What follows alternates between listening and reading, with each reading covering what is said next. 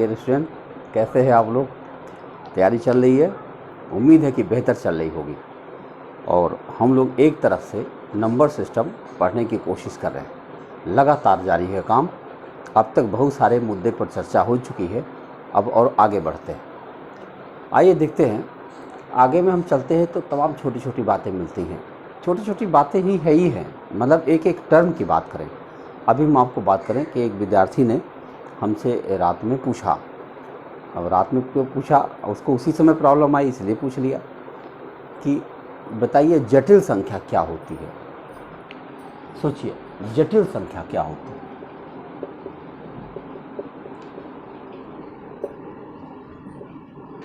इसको complex number कहते हैं। Complex number. अब जटिल संख्या क्या होती है, इसकी एक छोटी सी डेफिनेशन है कि जब कभी किसी वास्तविक संख्या में अवास्तविक संख्या जोड़ दिया जाए तो उस योग को जटिल संख्या कहते हैं। अब ये वास्तविक क्या होती है हम लोग पढ़ चुके हैं, नहीं पढ़े हैं? वास्तविक माने ऐसी संख्याएं जिनका व्यवहार आप करते हैं अपने जीवन में, 1 2 3 4, चाहे वो रूट की संख्याएं थी, चाहे वो नंबर कैसी भी संख्याएं थी, आपने भिन्न की संख्याएं थी, पूर्ण की संख्या, पूर्णांक संख्याएं थी, कैसी भी संख्याएं थी, उन सबको वास्तविक संख्याएं कहते हैं। अब अवास्तविक किसको कहते हैं? काल्पनिक किसे कहते हैं? ऐसी संख्या जिसका अस्तित्व संभव ना हो उसे हम अवास्तविक संख्या कहते हैं।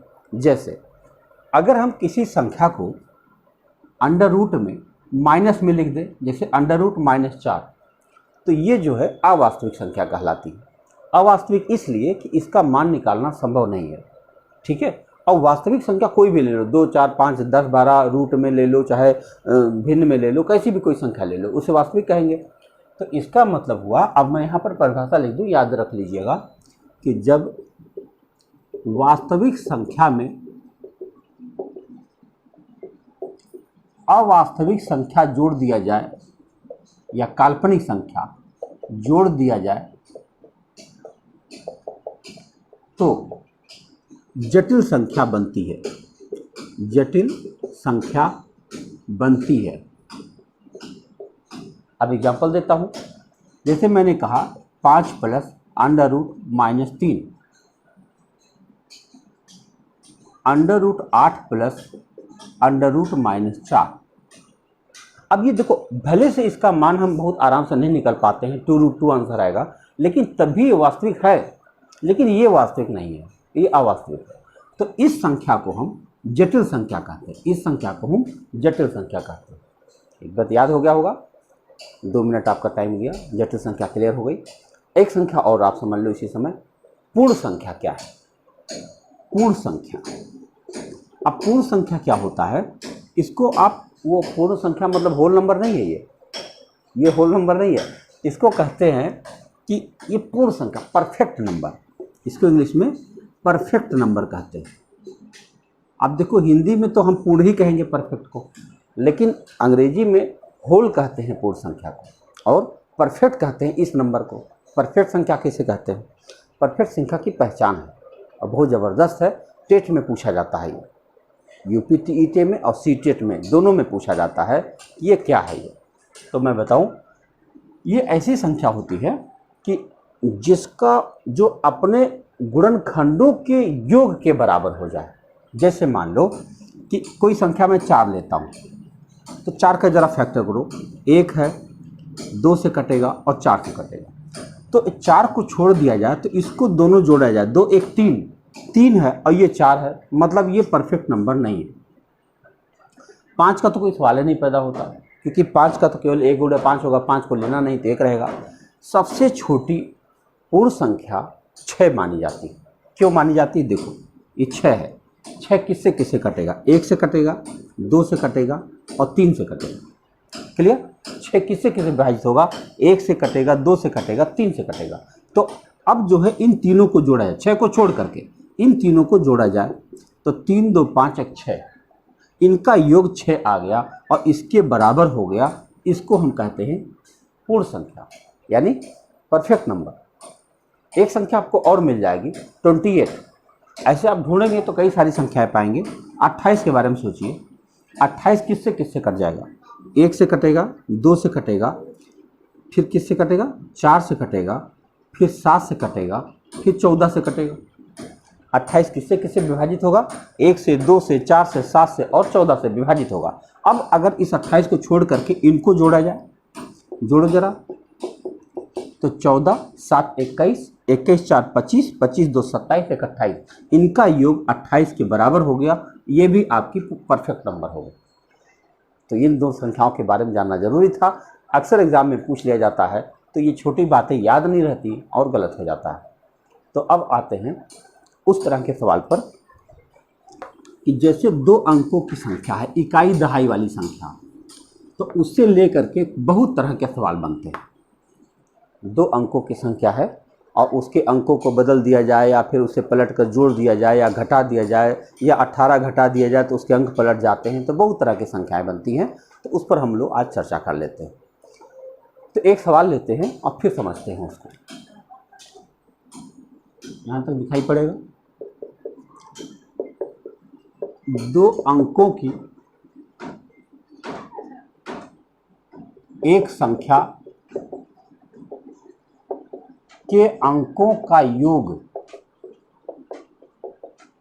8 है।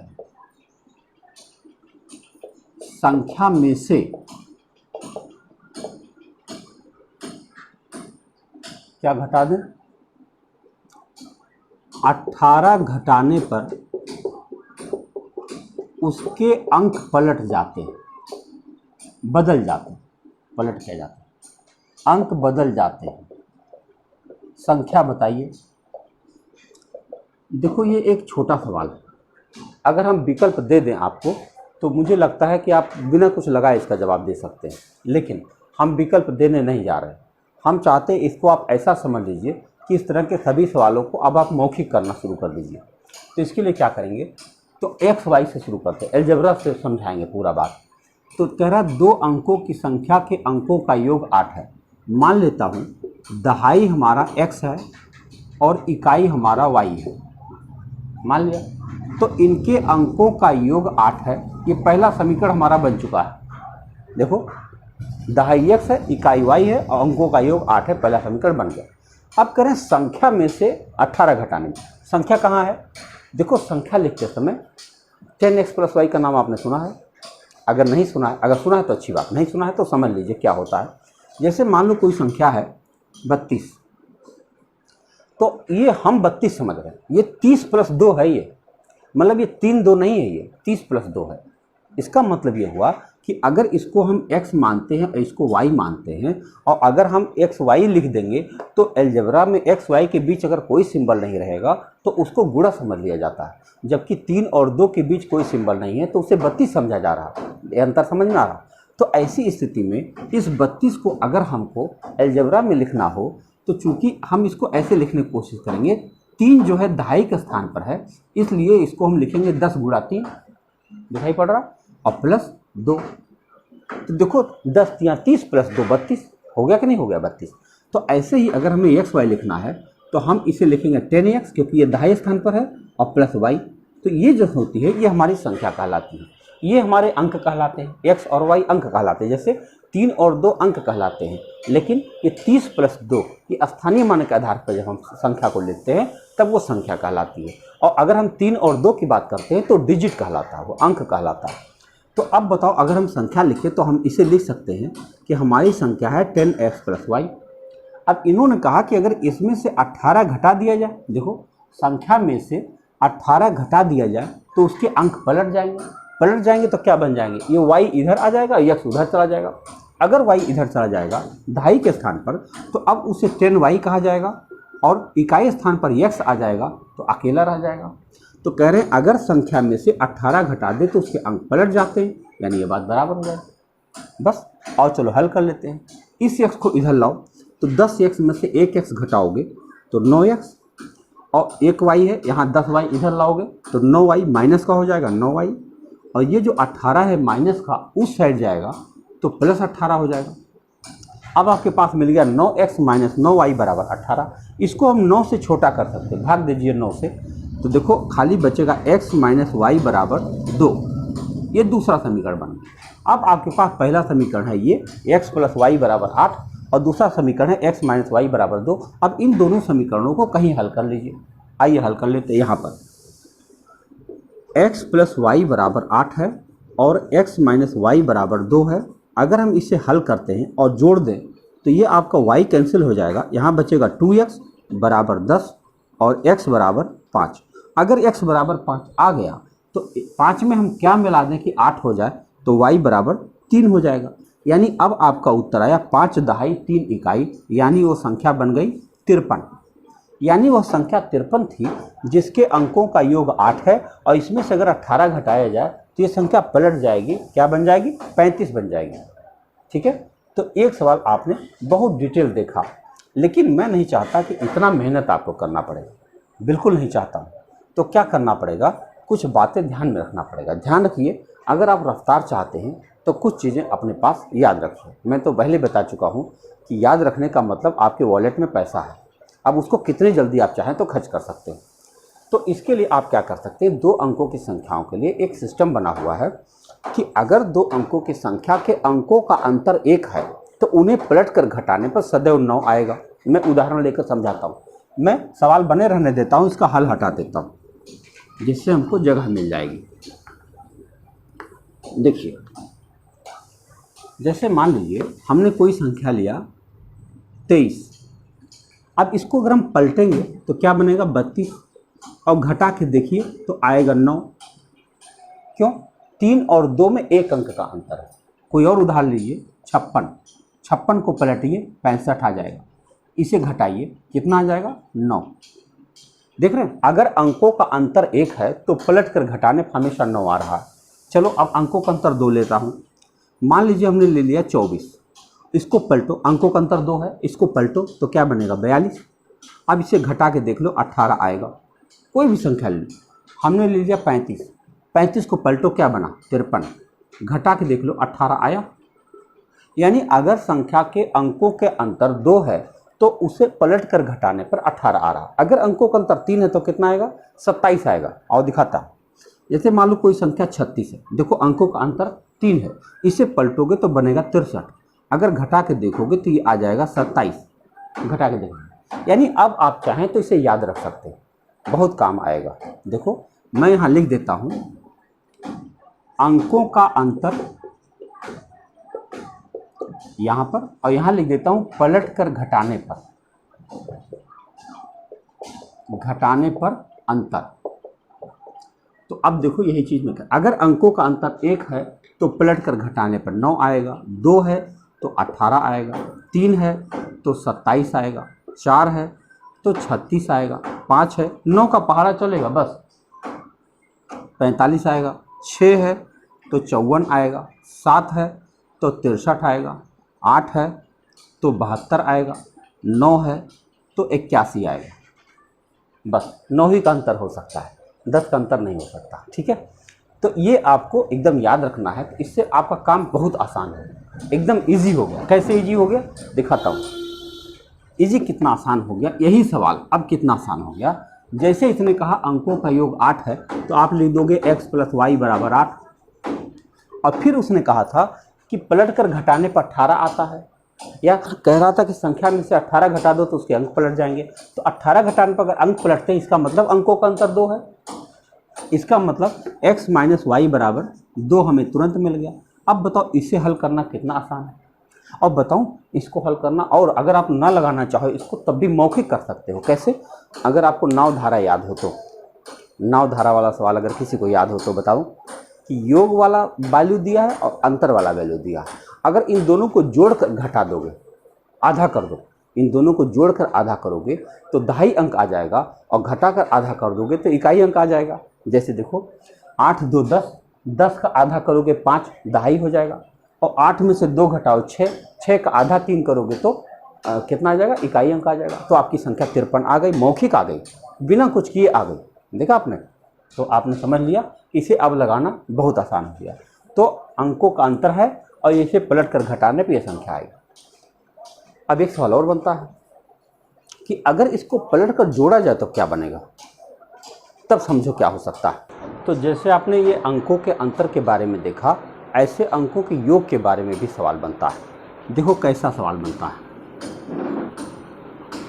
अंकों को पलट करके घटाने पर जो भी संख्या आएगी वो सदैव 9 से विभाजित होगी, आपने देख लिया है।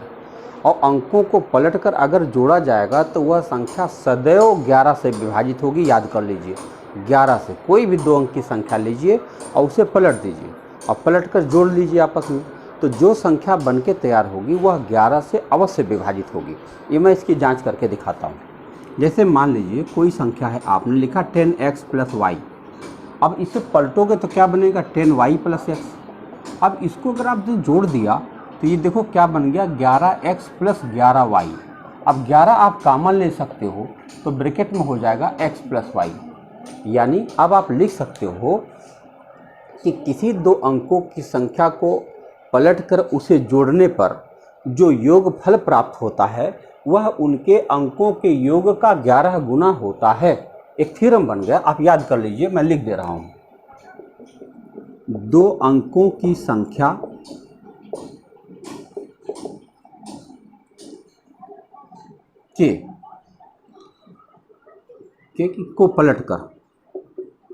को पलटकर उसमें जोड़ने पर उनके अंकों के योगफल का 11 गुना प्राप्त होता है। एकदम इस बात को ध्यान में रख लीजिए, मैं क्या कहने की कोशिश कर रहा हूँ। जैसे देखो, मैंने लिखा 3 और 34 लिखा। अब 34 को मैं जोड़ूंगा किससे, 43 से। 4 और 3 पलट दीजिए 34 का। तो अब हमको योग निकालना है, मैं कितना निकालूंगा, 77। ये 77 क्या है, 11 गुणा 7 है कि नहीं। और 7 कहाँ से आया, ये 4 + 3 जोड़ने पर देखो अंकों का योग 7 है और 7 का 11 गुना 77 आएगा। अच्छा बताओ, अगर हम कहें आपसे कि 38 को अगर पलट दिया जाए और जोड़ा जाए तो कितना उत्तर आएगा, तो मैं कहूँगा 38 में 8 3 11, 11 ग्रहम 121, उत्तर 121 आएगा। जांच करके दिखाऊं, आइए देखते हैं। देखो पलटूंगा तो क्या बन जाएगा, 83 और जोड़ते हैं 8 3 11, 8 3 11 1 12, तुरंत पता है। जैसे देखो कोई भी संख्या ले लो, मैंने लिया 53, अगर 53 को पलट दें 35 और जोड़ें तो कितना उत्तर आएगा, अभी बताता हूँ। इसको जोड़ो, 5 3 8 और 11 8 88, 88 आंसर आएगा। करके दिखाता हूँ, 35 और जोड़ो, कितना आ गया, 88। तो आपने देखा कि योग पर आधारित और अंतर पर आधारित दोनों तरह के सवाल आपके पास आ गए। इस तरह से बहुत सारे सवाल मिलेंगे, कृपया उन्हें लगाने का प्रयास कीजिएगा। हम नेक्स्ट टाइप क्वेश्चन करते हैं। आपने एक और प्रकार का खास सवाल देखा होगा जिसमें सिर पैर की संख्या से संबंधित सवाल बनता है। बहुत सारे सवाल अब तक बन चुके हैं, हर परीक्षा में बन चुके हैं, सिर पैर से रिलेटेड होता है। अब सिर पैर में क्या सवाल बनता है कि जैसे दे दिया कि एक किसान के पास, मैं एक सवाल लिखता हूँ, आप समझिए। एक किसान के पास कुछ बकरियां तथा मुर्गे हैं। यदि उनके सिरों की संख्या 50 तथा पैरों की संख्या 176 हो तो बकरियों की संख्या बताएं।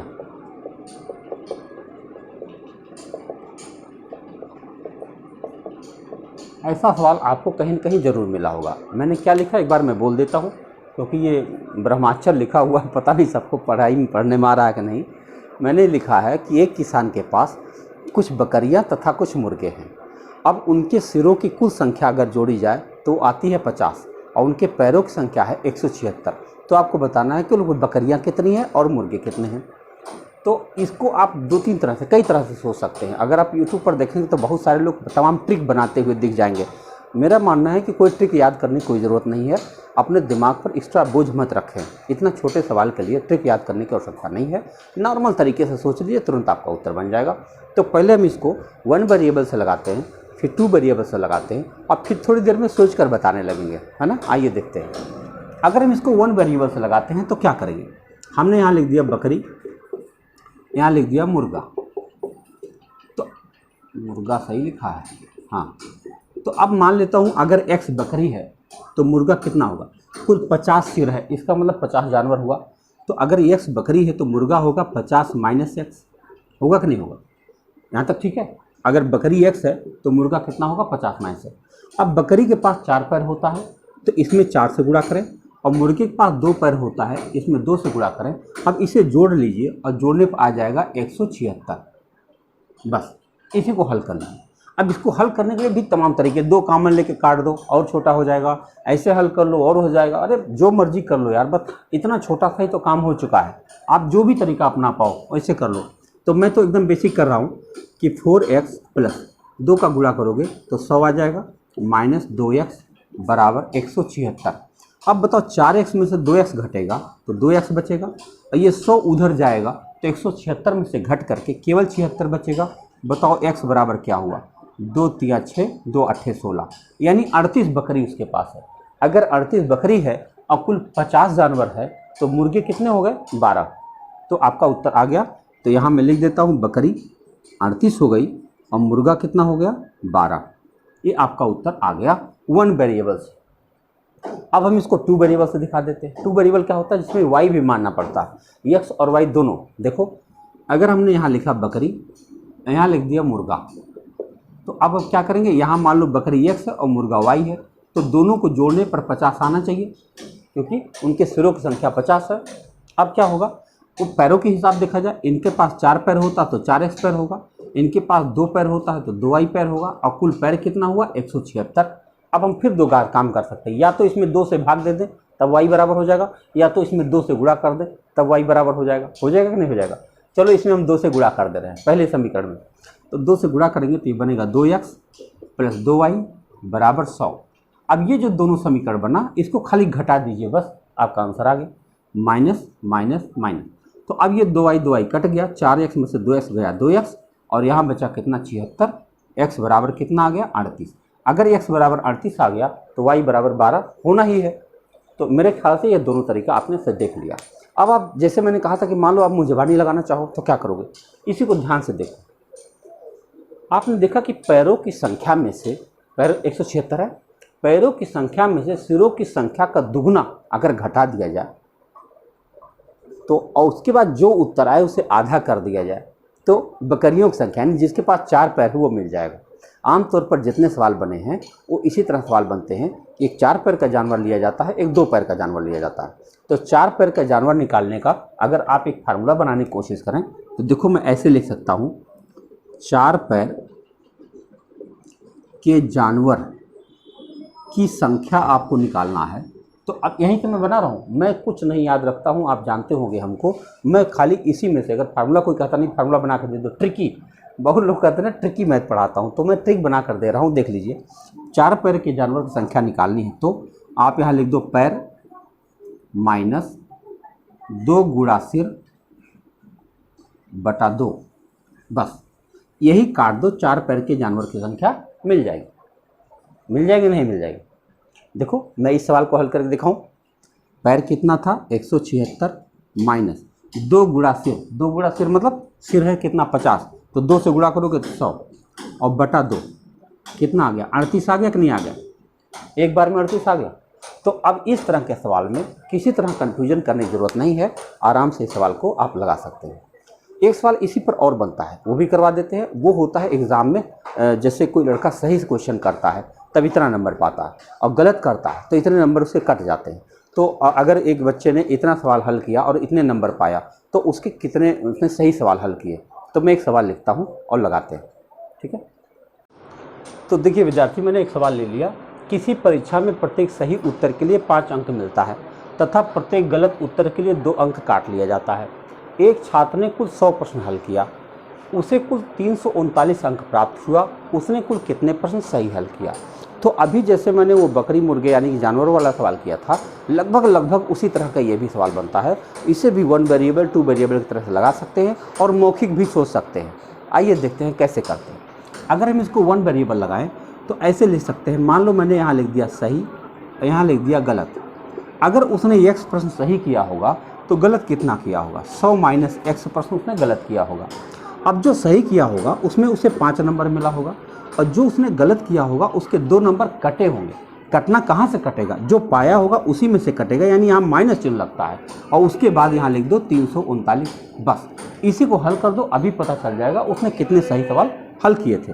तो मैं हल करके दिखाता हूँ। 5x माइनस, अब 2 का अंदर गुणा करोगे तो ये हो जाएगा 200 और ये देखो माइनस माइनस प्लस बन जाएगा 2x और बराबर हो जाएगा 339। अब 5x प्लस 2x कितना हो गया 7x और ये माइनस 200 उधर जाएगा तो प्लस 200 हो जाएगा, तो 2 3 539 हो जाएगा। अब बताओ x की वैल्यू क्या हो जाएगी, 7 7 49, 7 7 49, यानी उसने कुल 77 प्रश्न सही किए थे। अगर 77 प्रश्न सही किए थे तो गलत कितने किए होंगे, 23 क्वेश्चन गलत किए होंगे। तो ये आपका उत्तर बन गया 1 वेरिएबल के माध्यम से। अब इसी सवाल को अगर हम 2 वेरिएबल से लगाना चाहें तो ऐसे लगा सकते हैं। देखो हमने फिर लिख दिया सही और यहाँ लिख दिया गलत। तो अब सही कितना था x क्वेश्चन, गलत कितना था y क्वेश्चन, दोनों मिलकर कितने हुए 100। पहला इक्वेशन बन गया। अब जो सही किया था उसे मिला है उस पर 5 नंबर के हिसाब से 5x और जो गलत किया था 2 नंबर के हिसाब से 2y कट गया तो मतलब माइनस हो गया। अब हम बराबर लिख देंगे 339। अब देखो क्या कर सकते हो, पहले समीकरण में 2 से गुणा करोगे तो 2y बन जाएगा, इसके नीचे रखकर सॉल्व कर दो। देखो तो इसको नीचे लाओगे तो 2 से गुणा कर रहा हूँ पहले समीकरण में, ये बनेगा 2x प्लस 2y और बराबर 200। अब क्या करना पड़ेगा, जोड़ना पड़ेगा। क्यों, तभी तो minus x plus y plus minus 2y plus 2y cancel हो जाएगा। यहाँ आया 7x और बराबर कितना हो जाएगा, ये हो जाएगा 539। तो x की वैल्यू कितनी आ गई, 539 बटा 7, यानी आपका उत्तर हो गया 77। तो आपने देख लिया कि सही उत्तर कितने आ गए, 77। अब अगर आप मान लीजिए उत्तर कैसे बजने, हम ट्रिक से माध्यम से लगाना चाहते हैं तो ट्रिक क्या हो सकता है। तो अगर हम इसमें जानना चाहते हैं कि सही प्रश्न कितने किए हैं, यह पता करने की कोशिश कर रहे हैं, तो हम क्या करें, पहले प्राप्त अंक लिखेंगे, प्राप्त अंक प्लस अब जितने उसने गलत किए हैं, मतलब गलत अंक जो होता है, जैसे गलत अंक पर यहाँ पर 2 अंक मिलता है ना, तो गलत अंक गुणा प्रश्नों की संख्या और बटा सही अंक प्लस गलत अंक, बस ये आपका उत्तर बन के आ गया। अब देखो जैसे प्राप्त अंक कितना था, इसको मैं जांच करके दिखाता हूँ, फिर एक और सवाल ले लूँगा।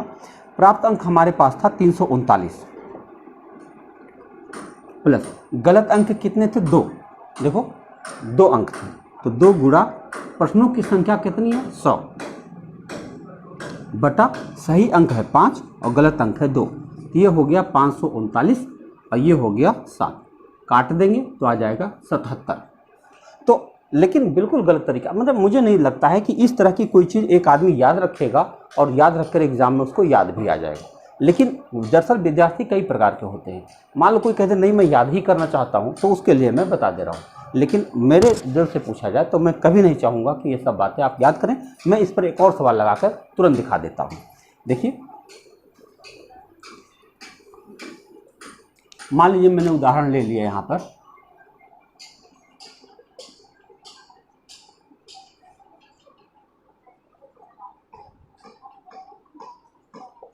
चलो एक सवाल हमने ले लिया। किसी परीक्षा में प्रत्येक सही उत्तर के लिए 4 अंक मिलते हैं, प्रत्येक गलत उत्तर के लिए 1 अंक काट लिए जाते हैं। एक छात्र ने कुल 35 प्रश्न हल किए तो उसे कुल 90 अंक मिला, तो उसने कुल कितने प्रश्न सही हल किया था। अब हम मान लो इस फार्मूले में रखने की कोशिश करें तो प्राप्त अंक उसके पास कितना है 90 प्लस गलत अंक कितना है 1 गुणा प्रश्नों की संख्या कितना है 35 अपान सही अंक कितना है 4 और गलत अंक कितना है 1। बस अब बताओ 90 प्लस 35 करोगे 125, 125 बटा 5, यानी उसने कुल 25 क्वेश्चन सही किए। तो आप इसको देख सकते हैं, लेकिन मैं कहूँगा सूत्र ना याद करके चाहे 1 वेरिएबल कर लीजिए चाहे 2 वेरिएबल कर लीजिए। तो विद्यार्थियों मुझे लगता है कि इस पर कई सारे सवाल आपको मिल जाएंगे, आप जरूर लगाइएगा और थोड़ा एक्टिव बनिए। देखिए ये वीडियो हम आपको सीधे पेड बैच में डालने जा रहे हैं, ठीक है, ये यूट्यूब पर नहीं जा रहा है। तो मैं चाहूँगा कि आप लोग इसे करिए, मेहनत करिए और रिस्पांस दीजिए। बहुत सारे विद्यार्थी ऐसे हैं जो रिस्पांस नहीं दे रहे हैं, ये गलत बात है। आखिर आप इसीलिए तो एडमिशन लिए हुए हैं ना, कि रिस्पांस दीजिए। कोई प्रॉब्लम आती हमसे बात करिए। हमारा एम है कि हम एक निश्चित समय के अंदर आपकी गणित तैयार करा ले जाएंगे। तो रिस्पांस दीजिए कृपया ज़रूर रिस्पांस दीजिए, जो कर सकते हो करें, गलत हो जाए आप ज़्यादा से ज़्यादा क्या कह सकते हैं कि मैंने 10 क्वेश्चन ट्रायल किया 10 नहीं आया, कह के देखिए, मैं समझाता हूँ नहीं समझाता हूँ। तो ज़रूर रिस्पांस दीजिए। मिलते हैं नेक्स्ट वीडियो में। Thank you.